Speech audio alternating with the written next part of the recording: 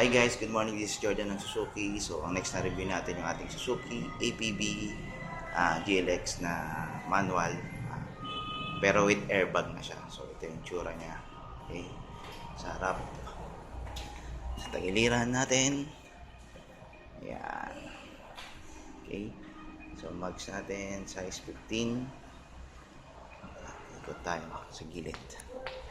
Sa likod. So, ito yung likod.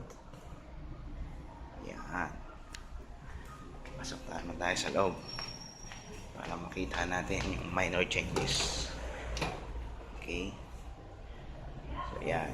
Okay, so all power. Tayo, mataas yung ground clearance. Yan. Taas. Okay. Ay. So, ito yung changes ng bagong GLX na APB. Yan, may airbag na siya. Drivers, saka passenger. Sa console, same pa din. Yan, may USB port, aux, CD player na rin siya, aircon controls. Okay, so manual, GLX. Okay, so ilaw. Yan po. Okay, sa dito, yan.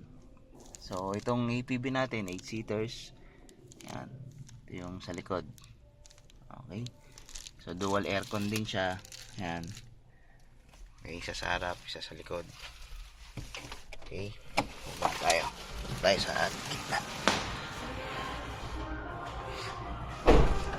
So, ito yung gitna. Okay. So, malawag na malawag. Okay.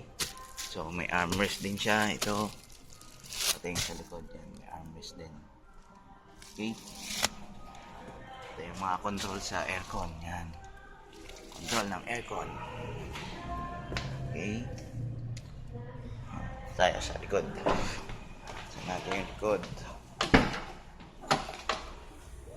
Okay. Ito po yung likod natin. Yan. Okay. So, may luggage pa. Pero kung gusto naman yung mas malaking luggage, pwede itong itupi. Yan, tapos ano naman yan, fold and tumble naman yung likod na yan. Okay, so that's it. So sa mga interesadong bumili or maging course sa APB na bago, APB GLX na bago na with